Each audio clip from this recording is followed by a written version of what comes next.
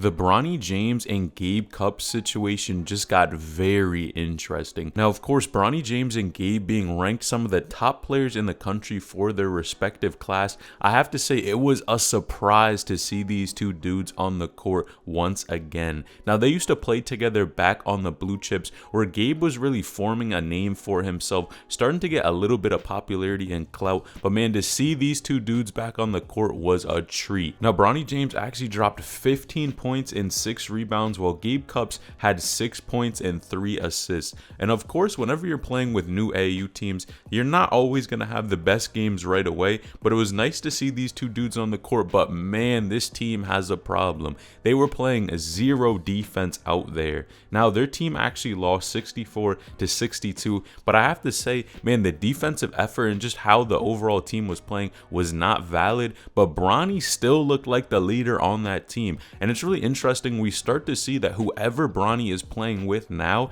he seems like he's still that guy on the court, when just a few months ago, the criticism was that anytime he stepped on the court, he almost looked like a ghost and sometimes didn't even look like he was playing because he was not aggressive and really taking that initiative to be the leader of the team. But I have to say, things are starting to change for the better for Bronny, and I really see him starting to develop into more of a dominant player that looks to score but also can do the other things to help his team win. Get assists, pass the ball, also knock down his shots, get his, and really have that balance. Shows you how a complete of a player Bronny is going to be in the future. And I think I'm really looking forward to see how he's going to be playing for Sierra Canyon when this dude is a senior. Now, in my eyes, with Gabe being ranked, honestly, one of the most underrated point guards in his class. I believe he's ranked around 80 or 81st according to ESPN. I have to say, man, I don't know if Gabe will be coming back, to be honest. You guys know with AU, man, people switch teams like crazy,